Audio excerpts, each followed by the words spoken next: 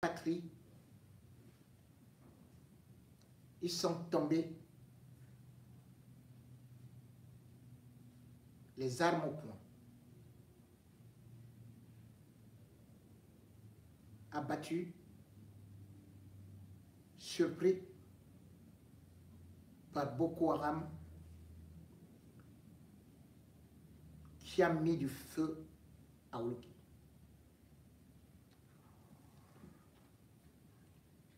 Olgo, véritable cimetière des soldats de l'armée camerounaise.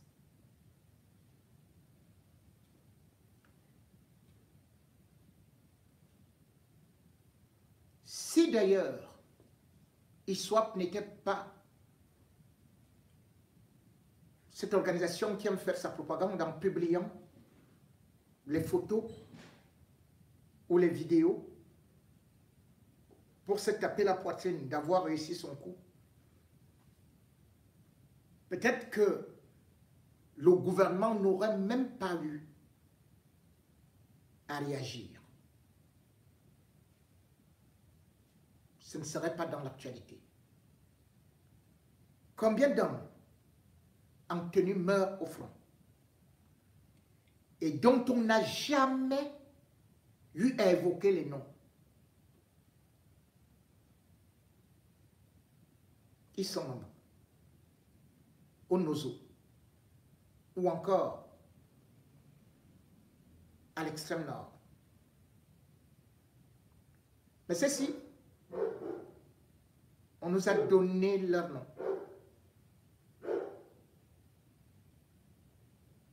Nous devons lire cela parce qu'il y a des monuments partout dans des pays développés où sont écrits, marqués les noms de ceux qui sont tombés pour la patrie. D'ailleurs, sur le Panthéon est écrit, bien sûr, patrie reconnaissante. Aux grands hommes, patrie reconnaissante. Ils viennent de toutes les régions, de toutes les ethnies. Ils étaient mis au front pour protéger notre pays.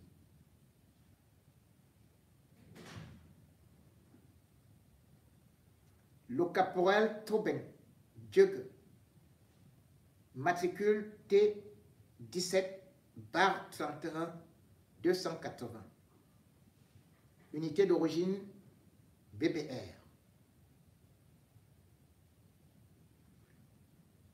Le caporal Ambois Beloko Hervé, matricule T17-30-337, unité d'origine RASS.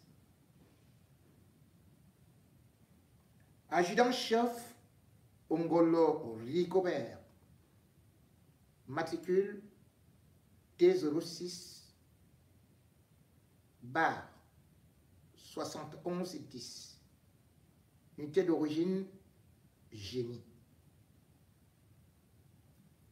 Caporal Zoua Tezumbe Fabien, matricule T19/40-946, unité d'origine Raza.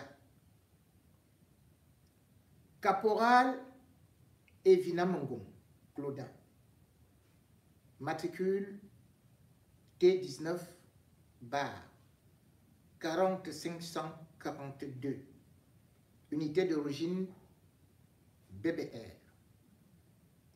Soldat de deuxième classe Dourandi Laurent, matricule T22-48-159, unité d'origine Raza.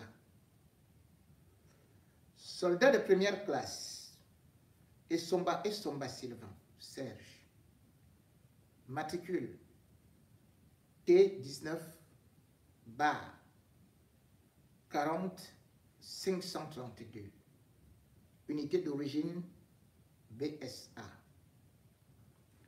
Caporal Ateba Melende Paul, matricule T17 bar 3254, unité d'origine BSA.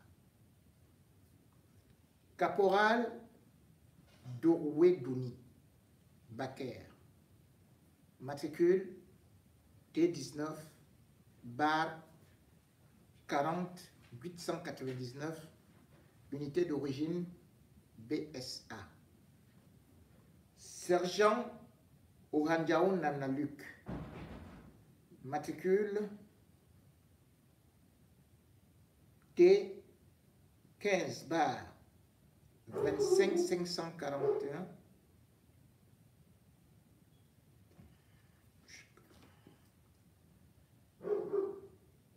selon, ce n'est pas pour une promotion, pour un voyage sans retour.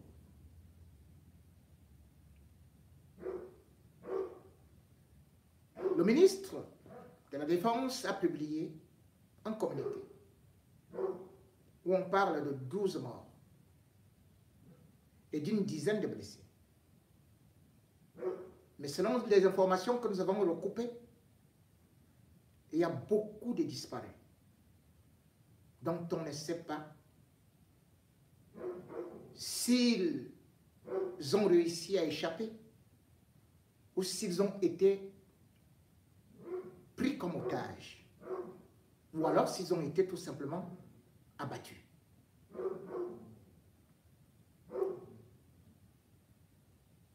Leur mère, père, frère, sœur, épouse, camarade ne les verront plus.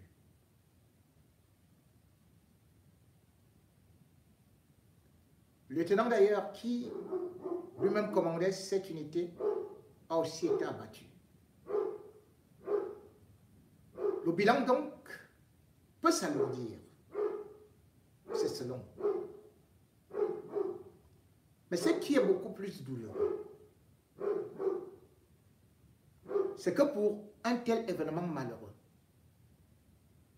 le gouvernement ne se mobilise pas. Pas de drapeau en berne, pas même un communiqué du président de la République, qui est pourtant chef des armées. Pourtant, Biya se trouve en Boumaka, où il est parti au deuil de sa belle-sœur. Depuis qu'il est parti, il surveille la tombe. Il console son frère. Ils pleurent ensemble. Un chef d'État qui ne s'occupe que de sa famille. Et le pire, c'est que Biya lui-même a un gouvernement. Et il y a un chef de gouvernement. Pas un mot, pas une déclaration. Et il y a un porte-parole du gouvernement qui est René Sadi. Pas un mot, pas de déclaration. Et il y a un ministre qui fait tout, partout, qui est ministre de l'administration territoriale et qui est secrétaire national d'ailleurs, chargé de la sécurité à Tangandji, qui n'a rien dit.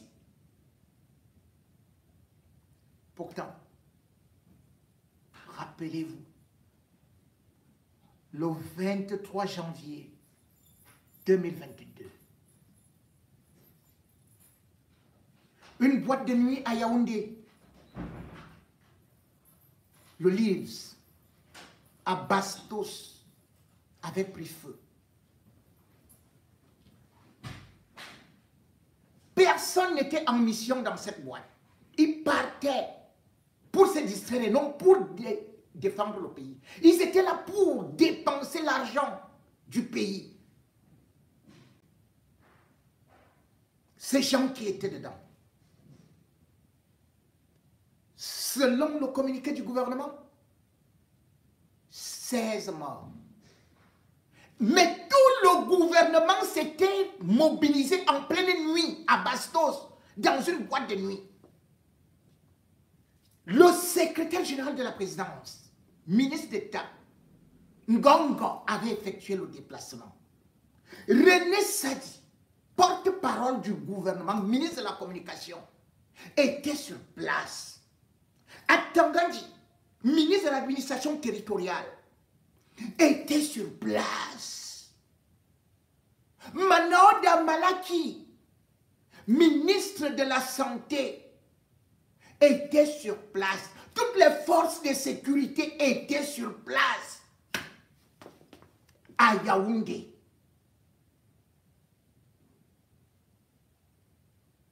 On nous a tambouriné les oreilles avec ça. Alors que personne d'entre eux, à cette heure de la nuit, n'était en mission pour le Cameroun. Ceux qui étaient morts, paix à leur âme. Mais que des hommes, des jeunes, soient abattus au front. Et Paul Biya envoie souvent des lettres de condoléances en Turquie. N'adresse aucune lettre de condoléances à ses familles. Et d'ailleurs, depuis que Paul Biya a déclaré la guerre à Boko Haram en 2014 sur le perron de l'Élysée, a-t-il eu à aller s'incliner devant une simple dépouille? Parce que Paul Biya n'a pas de cœur. Et parce que Paul Biya a créé deux armées. Une armée de malheureux et une armée étrangère, Guy le Bir. Le Bir est dirigé par des Israéliens. Et c'est là où Paul Biya a mis tous les moyens avec l'argent de notre pétrole. Ce qui vient de se passer montre encore ce que Zalair Bessala disait, que Paul Biya est d'une ingratitude absolue.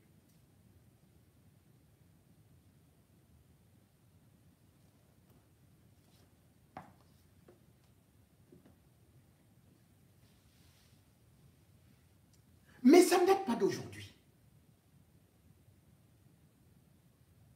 Paul Biya qui est gardé par l'armée. L'armée qui est prête à tuer pour conserver le pouvoir de Paul Biya. Mais cette armée-là a souvent été massacrée par Paul Biya.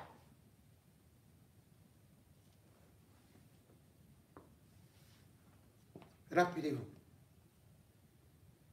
le 6 avril 1984, parce que les jeunes militaires et gendarmes de la garde républicaine étaient au courant que Paul Biya voulait les sacrifier, c'est là où il y a eu une tentative de coup d'État. Et au bilan, 70 morts, 1300 personnes arrêtées, jetées en prison. Et 95%, voire 99% étaient des hommes en tenue. Ils furent exécutés. Jusqu'à ce jour, personne n'a récupéré de cadavre. Pourtant, ils étaient à la garde républicaine. Aucun membre de leur famille n'a été dédommagé.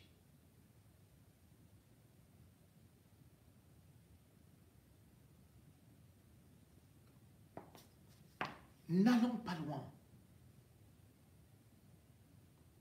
En 81 éclatent les problèmes de la presqu'île de Bakassi.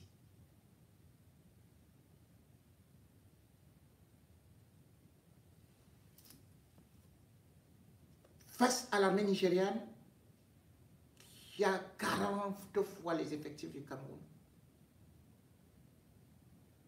les jeunes militaires camerounais avaient essayé de tenir tête au Nigeria. 5 furent abattus. Et quand Sani Abacha vont au pouvoir en 1993, il lança la conquête de Bakassi. Les soldats qui étaient là-bas, Paul Biya avait dit ne lâchez rien, allez en guerre, alors qu'il n'avait pas les outils nécessaires. Il n'avait pas des armes nécessaires.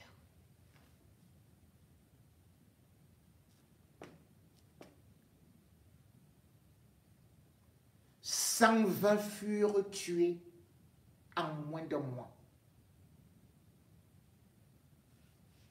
Leurs familles n'ont pas été dédommagées. Il n'y a aucun monument pour eux. Aucune date pour ces sacrifices suprêmes.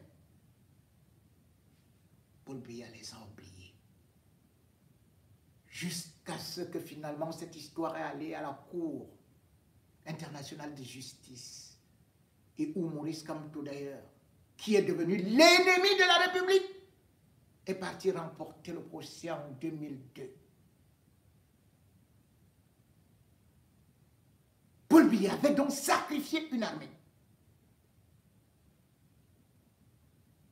Des troupes. Et tout ça. Et malgré tout,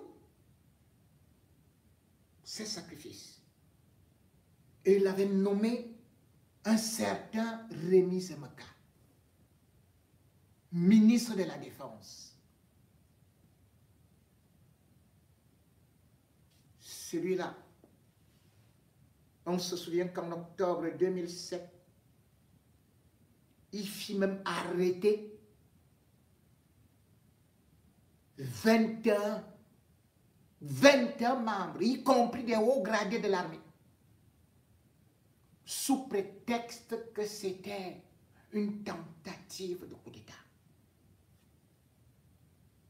Aucun élément n'était concret. Ils furent torturés avant d'être libérés. Ils n'ont jamais été dédommagés.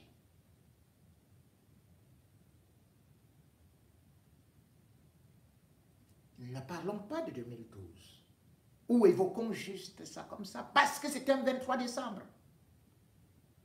Ceux qui gardaient Paul Biya n'étaient pas payés, ou alors l'argent était détourné par le beau-père d'Amblinga à l'époque, le colonel Chunduswe. Un soldat avec ses camarades avait décidé de tirer en l'air quand Paul Biya rentrait du stade. Ce n'était pas pour viser Paul Biya, c'était pour lui dire ta vie en danger, on ne nous paye pas nos primes.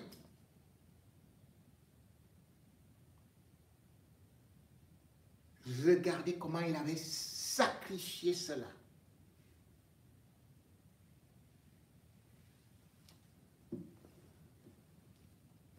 Chef des forces armées donc, Biya préférait ne pas doter l'armée camerounaise des moyens adéquats. Pourquoi? Lorsqu'on regarde l'attaque qu'il y a eu à l'extrême nord, à Wulgo, on comprend immédiatement dans quel état ces enfants étaient. Première des choses, l'attaque est menée par le groupe ISOP. ISOP, c'est une autre branche de Boko Haram parce que Boko Haram s'est divisé après la mort d'Aboubacar Shekau. Donc, il y a deux branches de Boko Haram. ISOP a eu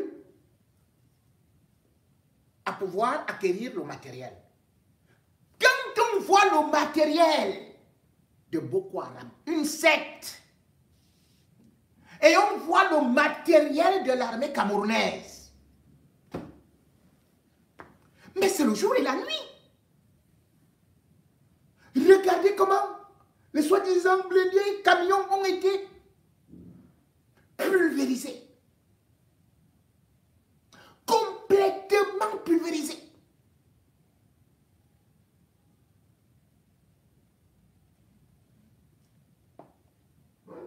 Les gens de l'armée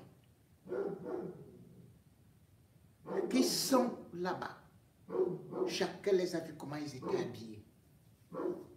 Certains babouches, ceci et cela. Parce que l'armée sacrée de Paul Biya, regardez pendant le défilé du 20 mai, c'est là où vous allez comprendre la différence. Quand le bir passe, c'est là où vous avez toutes sortes de gros engins. Et d'ailleurs, le Cameroun se retrouve avec une armée de l'air qui n'a pas d'hélicoptère. Mais la garde présidentielle de Paul Biya qui l'a créée, c'est-à-dire le BIR,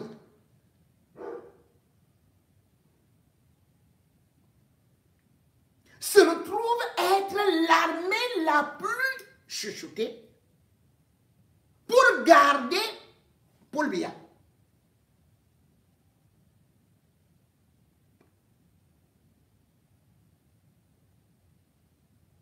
Ça fait donc que le BIR, c'est des Israéliens. Parce que Paul Biya a voulu ça ainsi, à l'instar de Mobutu. Parce qu'à l'époque coloniale, c'est-à-dire que jusqu'à 3 ans après notre indépendance, la France continuait à former notre armée, à diriger nos unités. Du coup, la France avait au moins 300 instructeurs.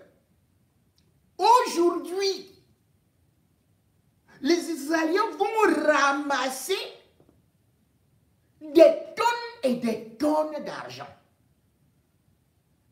Ils essaient un peu d'entretenir le BIR. Donc, dans l'armée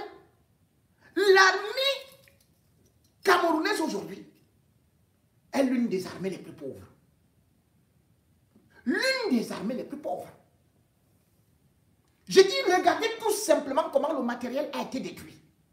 Pourquoi? Parce que Boko Haram est venu, a d'abord envoyé les drones d'espionnage. Les drones de Boko Haram sont armés. Ils sont comme les drones nigérians, comme les drones tchadiens.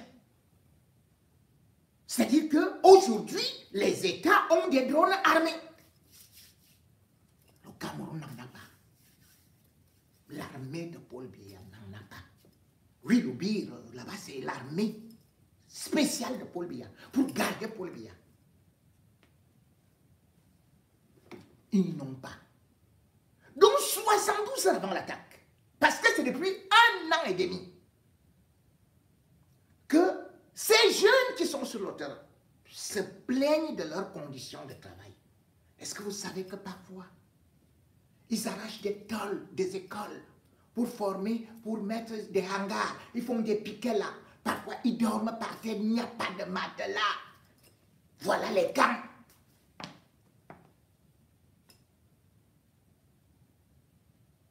Or, les drones ont été signalés. Pourquoi la hiérarchie n'a-t-elle pas agi? Et là, nous allons encore venir voir la responsabilité de Paul Biya. Mais pour l'instant, on parle des moyens logistiques. Une armée, c'est d'abord des moyens logistiques. Et puis, c'est des moyens de renseignement. Donc, on vous dit que c'est une secte qui est venue détruire l'armée camerounaise comme ça, anéantir.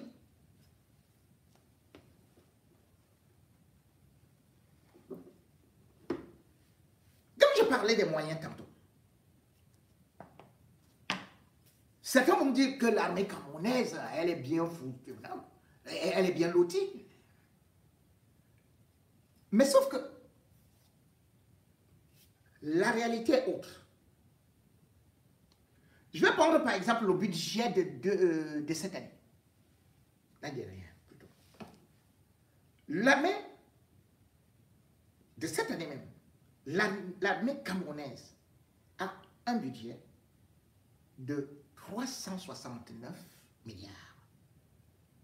369 milliards. On peut voir que c'est énorme. Mais lorsqu'il faut regarder par exemple que sur cet argent, vous avez déjà les salaires qui prennent minimum vers les 110 milliards.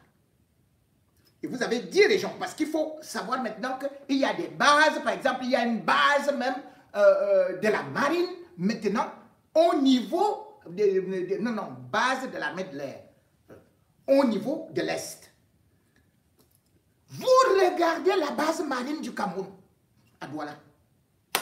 Ça n'existe plus. Bon, maintenant vous devez acheter le matériel. Le matériel que vous avez vu à l'extrême nord, c'était lequel? C'est-à-dire ce qu'on appelle les chenilles. C'est des vieux appareils qui ne peuvent même pas escalader une montagne. Alors que les autres, comme au Tchad, ont des chars de guerre qui escaladent des montagnes, font ceci, font cela. Mais les militaires camerounais abandonnent des chars peut-être en bas d'une colline et se mettent à monter comme ça là et hop, on va les cueillir. L'armée nigériane n'envoie pratiquement pas des gens au front pour... Mais avec des drones, ils sont repérés. Or, les drones de l'armée camerounaise sont là uniquement pour scanner. Ça scanne, ça donne des informations. Or, quand ils ont scanné plusieurs fois, ils ont vu des drones qui n'appartenaient pas à l'État du Cameroun, qui n'appartenaient pas à l'armée du Cameroun. Qu'est-ce qu'ils ont fait de ça? Qu'est-ce qu'ils ont fait de ça? Rien, parce que la guerre doit continuer. Ils doivent continuer à manger en sacrifiant les enfants d'autrui. Donc, regardez les tenues que les gars avaient. Or, au BIR, il y a 2 dotations par an. C'est-à-dire que dans l'armée, quelqu'un peut porter une tenue pour 2 ans, 3 ans. Mais les récriminations que je reçois, c'est qu'au BIR, les mêmes gars, ils regardent comment le BIR, lui, il est vêtu. Début janvier, le BIR a une première dotation, c'est-à-dire les tenues jusqu'au Bermuda. Ils ont ça. Et puis, avant le 20 mai, c'est une autre dotation. Le BIR se retrouve donc chaque année avec minimum 4 tenues. Ils sont chaussés. Vous avez vu certains là-bas, ils avaient des babouches aux pieds. Ceux qui étaient dans l'armée, les survivants de l'armée, de notre armée. Parce qu'il y a une différence de traitement. Paul Biya préfère garder ceux-là qui sont là pour que un opposant ne prenne jamais le pouvoir, pour que le coup d'État, machin, et tout. C'est son armée. C'est-à-dire qu'au lieu que l'armée garde les institutions, l'armée garde Paul Biya, c'est-à-dire le BIR. Et c'est cet argent qui vient donc de notre pétrole. Et maintenant, ce qui est beaucoup plus dangereux, c'est que toute armée vit sur le renseignement. Qu'est-ce qui s'est passé? Vous vous rendez compte? L'armée camerounaise, c'est-à-dire que le chef d'état-major de l'armée camerounaise, c'est René-Claude Maka. Il est né en 1909. Il ne voit plus. Et là, il sort de Paris.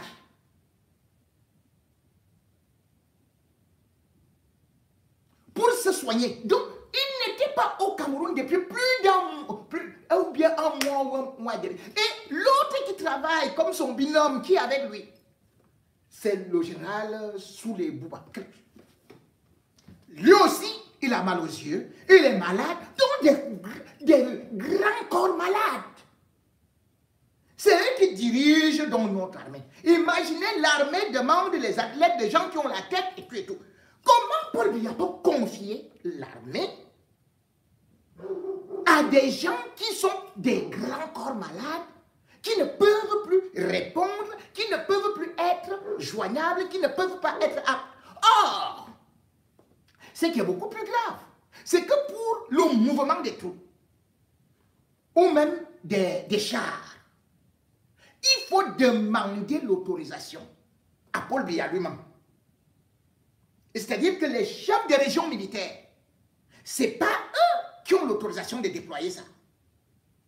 Donc vous voyez que le pire va quitter de loin là-bas pour chercher à aller secourir les autres. Or, le pire ne doit pas venir intervenir tant qu'il y a le feu. Pour déployer.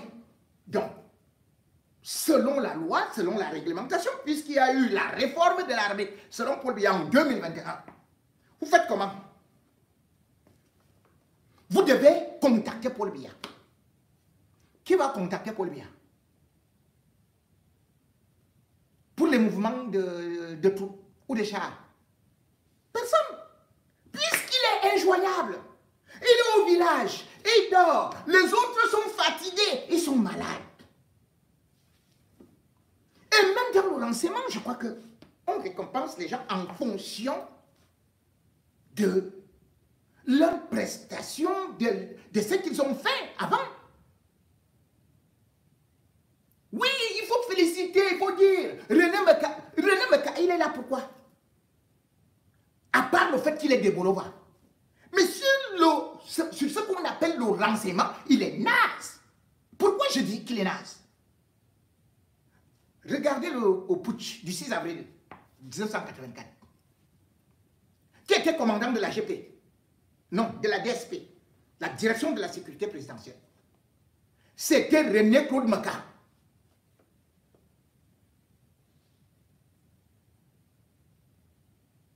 Il n'avait pas de renseignement. Il n'avait rien.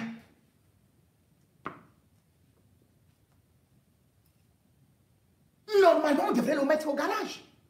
Deuxième des choses, en 2001, là j'étais directeur de la radio, quand il y a la poudrière qui éclate. Je crois que c'était le 18 janvier. René-Claude Meka était commandant de la première région militaire. C'est-à-dire que la poudrière dépendait de lui. Or, on avait volé les armes à la poudrière et on avait mis le feu.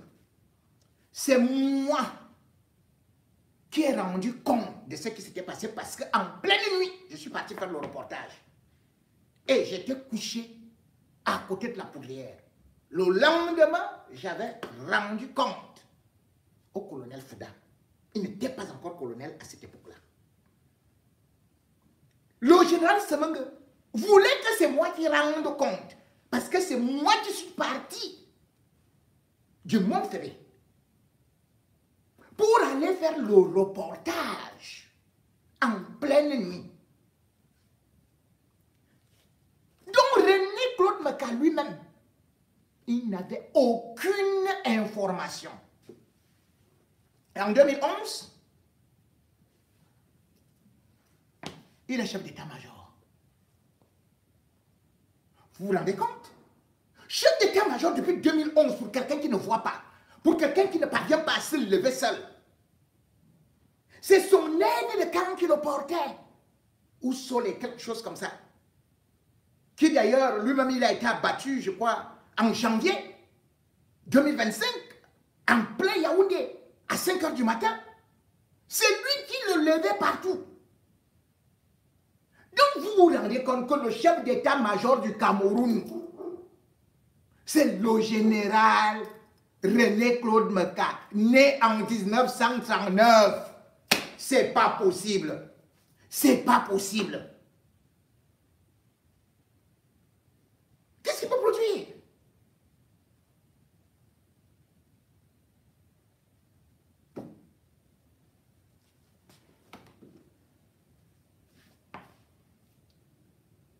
Pourtant, en 2011, je crois que il avait nommé quand même quelques jeunes qui paraissaient généraux et tout.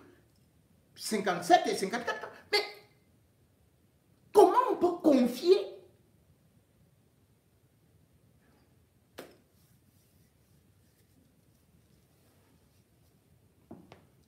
tous ces manquements dans un pays où on vous dit qu'on va à la retraite à 55 ans, 60 ans, au plus tard 66 ans. Et on vous dit que dans l'armée où on demande l'habileté physique et intellectuelle, que quelqu'un a 85 ans, il est chef d'état-major, il ne voit pas, il ne sait pas se tenir debout. Mais c'est...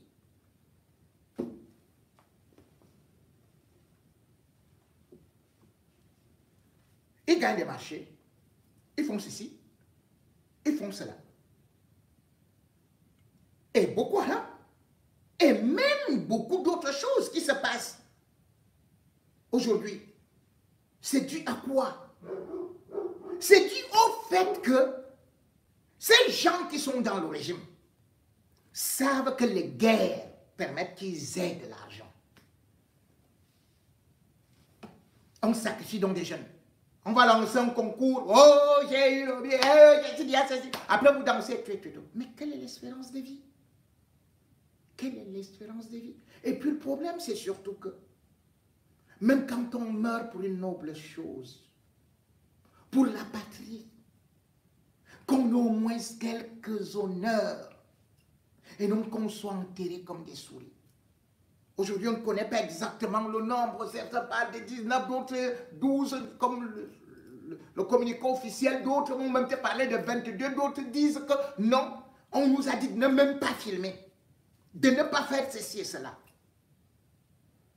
Mesdames et messieurs, le communiqué du ministre, et on revient pour débriefer, tout en demandant encore à toutes les familles endeuillées de recevoir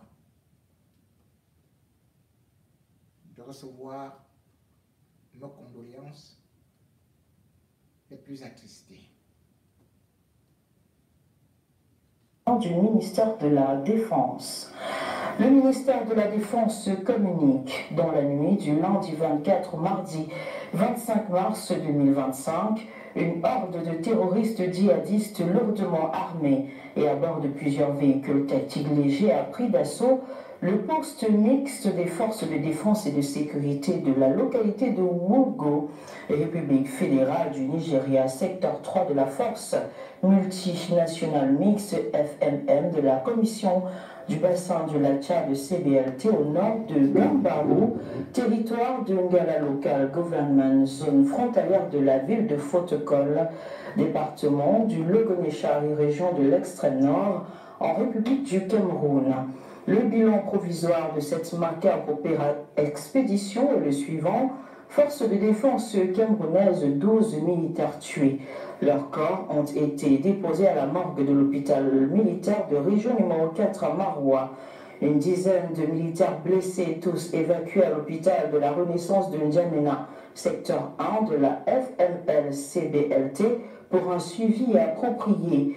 terroristes djihadistes, plusieurs assaillants neutralisés. Informée de la tragédie, la chef militaire des secteurs 1, Cameroun et 3, Nigeria, de la force multinationale mixte de la Commission du bassin du lac Tchad, ont immédiatement organisé des opérations de ratissage sur les itinéraires de repli des assaillants. Il importe de relever sur la base des informations crédibles de terrain que la montée en puissance des groupes terroristes dans le pourtour du bassin du lac Tchad et par l'armement de pointe dont ils disposent de plus en plus découle en grande partie de leur alliance claire avec de puissantes entités criminelles transnationales. Le ministre délégué à la présidence chargé de la défense transmet aux familles des militaires disparus les profondes condoléances du chef de l'État, chef des forces armées, ainsi que ses vœux de prompt rétablissement aux blessés. Les troupes restent déterminées à intensifier les opérations de recherche et de neutralisation des assaillants jusque dans leur dernier retranchement. C'est signé du capitaine de vaisseau Atonfa Guémo-Séré Serge, chef de la division de la communication au ministère de la Défense. Nous y reviendrons certainement.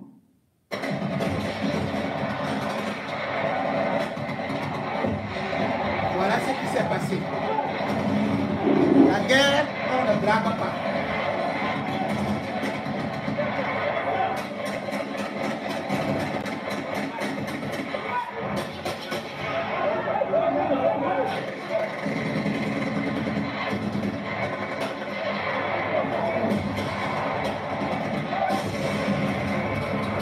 Ouais, la puissance de Boko Haram.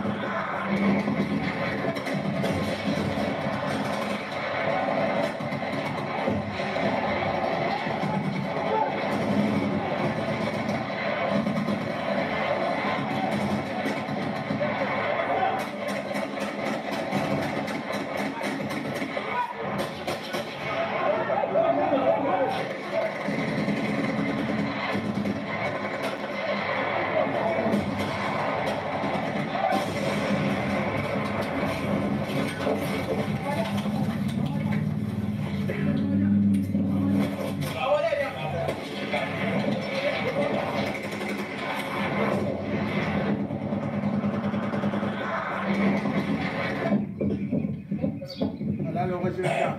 Quand ils ont fait, on a touché mon frère. C'est grave. Nous, la nuit plus longue, il faut qu'on en dise. C'est grave. Tu es là. Et quand tu vas prendre les théories, Ils ont tourné la 14.5 dessus, non? Mais la 14.5 là, ils ont tourné ça sur le mur ici. On a brûlé un bois là-bas dedans. Là. Les gars ont saccagé. Ils ont saccagé. Regarde, l'État avait dit que mon petit ne sort pas. Il m'a dit qu'il m'a même collé plusieurs fois. Comme il était placé là-bas où les gars passaient, moi, ils ne pouvaient plus. Mon téléphone. Il faut partir mon téléphone. Qui va m'amener à payer? Mon téléphone est parti. Ils sont partis avec. Les Belges nous ont noxé ce soir. Les Belges nous ont touchés. Mon téléphone est parti. Ils nous ont touchés.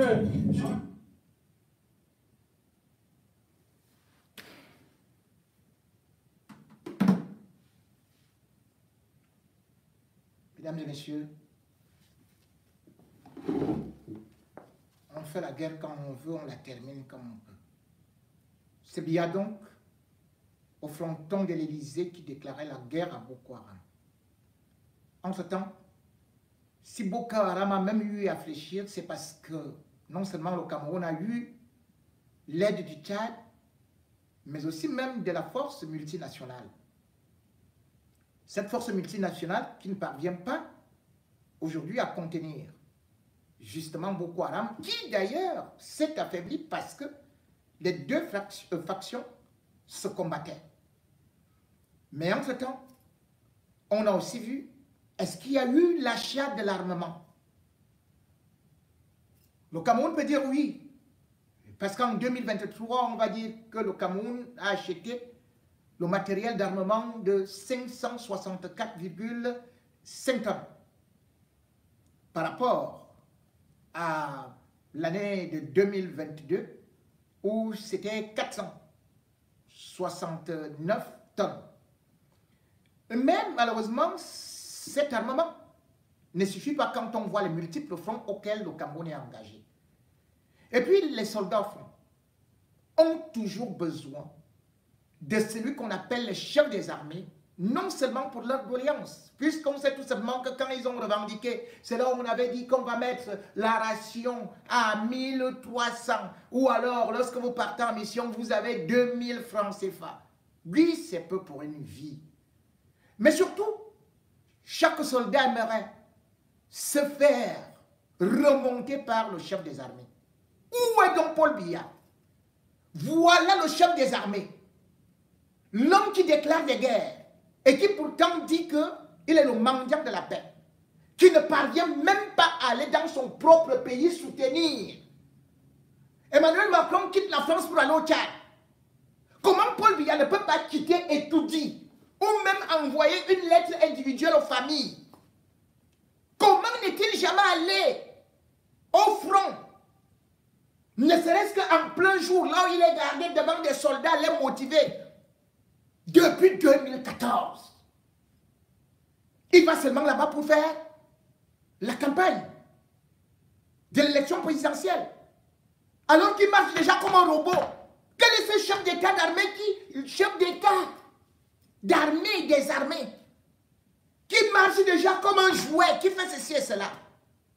Quand on n'a plus de force de commander les éléments au front, d'aller les motiver. It is my honor now to present to you President Paul Biya, comment il nous fait? President Il préfère aller Cameroon. aux États-Unis. He is making his way up here right now, so thank you. Il ne va pas à l'extrême nord, il va aux États-Unis, le voilà. Comment il a une vedette?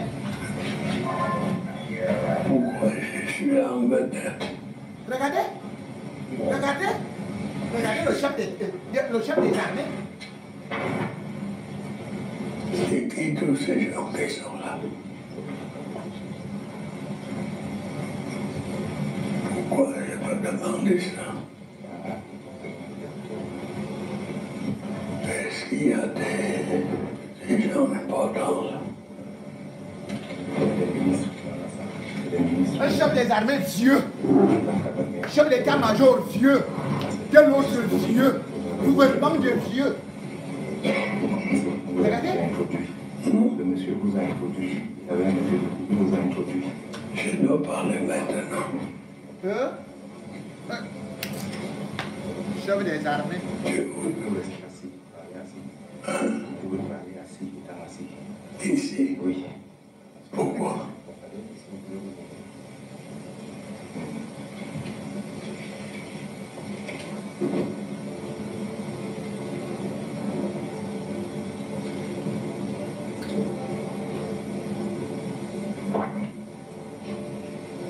Il n'est jamais allé au Nozo. Jamais allé à l'Est. Jamais allé. Pour motiver les troupes. Voilà, il est assis là. Il envoie les enfants d'autrui. Brenda suit la formation. La seule formation qu'elle sait faire, c'est pédaler sur les femmes. Junior, il a fui la formation de l'ENAM. Leurs enfants sont seulement au palais. Ils sont aux frais. Mais les enfants d'autrui sont sacrifiés au front.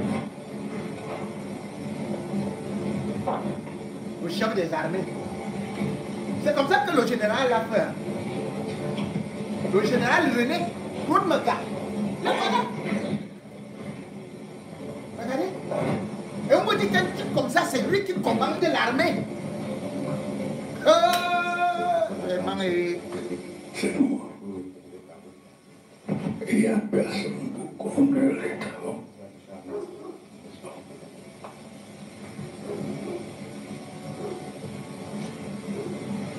C'est ici. Mesdames et messieurs, arrêtons-nous là aujourd'hui. Regardez. Voilà les noms des présidents. 36 ans. Mamad Déby, 40 ans. Assimi Goïta, 41 ans. Ça, c'est les présidents, hein, les collègues de Paul Biya. Bassirou Diomaye, 44 ans. Mamadi Doumbouya, 44 ans. Daniel Chapo, 48 ans. Ça, c'est au Mozambique. Adi Ahmed, 48 ans. En Éthiopie. 48 ans. Oh. Brice Oligingama, 49 ans. Henri Rajoelina, 50 ans. Oumaro Sissoko, 52 ans en Guinée-Bissau. Douma Boko, 55 ans. Nswatitwa, c'est un roi, 56 ans. Évariste Ndayishimiye, 56 ans. Faure Gnassingbé, 58 ans. Au Togo. William Ruto, 58 ans au Kenya. Adama Barrow, 60 ans en Gambie. Julius Madabio, 60 ans en Sierra Leone. Abdouhamane Tiani, le général, 61 ans au Niger. Félix Tshisekedi au Congo, 61 ans. Mohamed VI, 61 ans. Celui qui avait remis la coupe au Cameroun à l'époque en 88. Voilà, 62 ans. Warel Ramkalan, c'est très compliqué son nom là, du Seychelles, 63 ans. José Maria Neves, 64 ans au Cap-Vert. Voilà une femme, Samia Sulusu Hassan, 65 ans. Carlos Villanova, 65 ans, Sao Tomé et Principe. Azali Assoumani, que Paul lui avait reçu, 66 ans. Sam Matekane, 66 ans au Losoto. Patrice Talon, 66 ans. John Mahama, 66 ans, ça c'est au Ghana. Hein. Kais Saïd, 66 ans en Tunisie. Paul Kagame, voilà notre Paul, hein, mais lui, son pays marque 67 ans. Faustin Archange Touadéra, 67 ans en République centrafricaine. Mohamed Ould Ghazouani, 68 ans en Mauritanie. Lazarus Chakwera, 69 ans au Malawi. Hassan Mouhamoud, 69 ans, ça c'est en Somalie.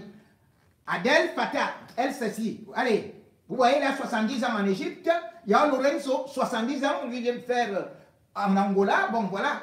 Bola Ahmed, on dit qu'il est vieux, 72 ans hein, au Nigeria. Cyril Ramaphosa, 72 ans en Afrique du Sud. Salva Kiir Mardi, 73 ans au Soudan du Sud. Daram Gokol, 75 ans. Oh là là, à Maurice. Ismaël Omar Guelleh, 77 ans à Djibouti.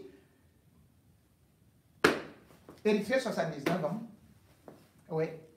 79 ans en Algérie, Tibou. Joseph Boaki, 80 ans. Au Libéria. Yoweri Museveni, voilà les vieux, hein, 80 ans. Denis Sassou Nguesso, 81 ans. Emerson Mnangagwa, 82 ans. Ça c'est au Zimbabwe. C'est lui qui a remplacé. C'est eux qui ont chassé Mugabe. On va aussi chasser Paul Biya. Théodoro Biangema, 82 ans. Alassane Ouattara, 83 ans. En Côte d'Ivoire. Hein. Bon. Et vous avez donc pu voir, Paul Biya, lui, n'est pas dans le classement, puisque lui, déjà, il est à plus de... On nous dit qu'il a 93 ans. En réalité, Anden, là où il est né, il n'y avait pas d'acte de naissance. Il n'y avait rien. Donc, on est aussi parti avec lui là-bas. On lui a dit que tu es né vers ou combien là, et tout. Lui aussi, il est venu nous mentir qu'il est né le 13 février, au can là. Voilà. Comment vous voulez qu'un pays comme ça évolue? Comment vous voulez qu'une armée comme ça soit dynamique? Quand vous voyez que le chef des armées, avec tous ses proches collaborateurs, qu'il n'y a personne d'apte, lui-même il est inapte, et on doit attendre. Quand certains me disent que oui, on attend que le Nyamoro donne l'ordre pour qu'on fasse ceci, qu'on fasse cela, et tout. On ne peut pas. On ne peut pas. Et pendant ce temps, il prépare sa succession. Et bien évidemment, avec Ferdinand Ngongo qui, aujourd'hui, risque de subir les affres de celui-là. Parce que quand vous visez son pouvoir, c'est là où Paul Biya devient donc très dangereux. Et là, au moment Il dort là-bas, il ne s'occupe pas du pays, il ne s'occupe que de son pouvoir. Et dès qu'il a vu le Ngongo se mettre là en marche, puis Ngongo croit qu'il a récupéré le bir. Ngongo croit qu'il a récupéré la gendarmerie. Et là, ils attendaient ce qu'on appelle justement le congrès du RDPC. Le congrès du RDPC. Ngongo avait déjà fait un plan pour entrer au comité central du RDPC en achetant ceci, en mettant ceci et cela. Qu'est-ce que Paul Biya a fait? Paul Biya a tout simplement mis, boum, il a sorti maintenant des nominations. Et dans ces nominations, mesdames et messieurs, tenez-vous tranquilles, les ministres sont entrés au comité central du RDPC et les noms des gens qui manquent. Ngongo, secrétaire général à la présidence. C'est le bir là qui va l'arrêter. Ngongo n'est pas dedans. Les amis de Ngongo, moi les combis, on ne les a pas vus. Hein. On n'a pas entendu leur nom. Paul Biya prépare un grand coup dont je vous parlerai samedi. Pour l'instant, suivez ce qui a été dit. Par PN du 25 mars 2025 portant désignation de membres titulaires du comité central du Rassemblement démocratique du peuple camerounais. Le président national, vu les textes de base du Rassemblement démocratique du peuple camerounais, vu les articles 24 alinéa 2 des statuts et 56 alinéa 3 du règlement intérieur, considérant les nécessités du bon fonctionnement du parti, décide, article 1, sont, à compter de la date de signature de la présente décision, désignés membres titulaires du comité central du Rassemblement démocratique du peuple camerounais, les militantes et militants du parti ci-après cité.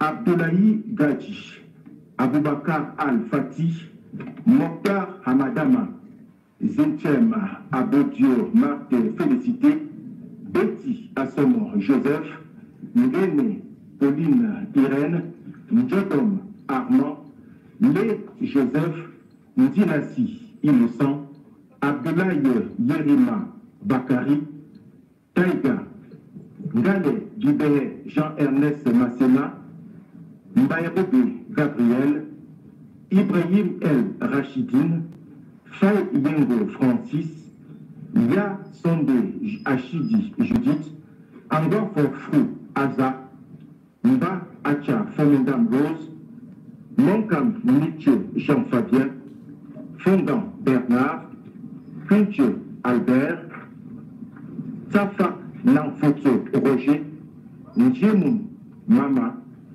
Mohamed Nabil Mfolifon Mbombo Njoya, Lebon Libiken Linette, Mwampeya Mbio Véronique, Edou Allo Cyril, Nalova Nyonga Pauline.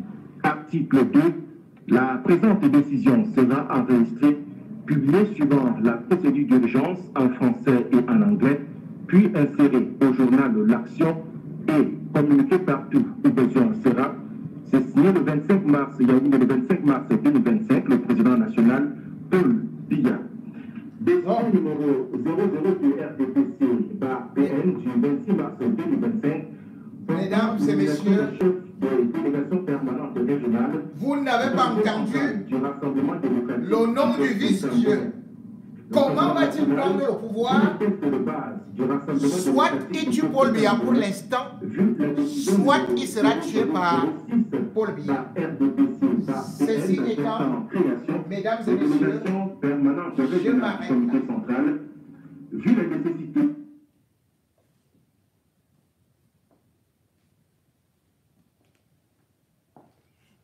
Le soir des grands couteaux vient de commencer au RDPC.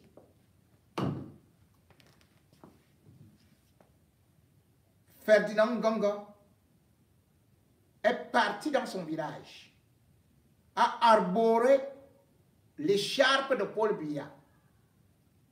Tout ce qu'il demandait à Paul Biya lui disait vas-y, vas-y, vas-y faire.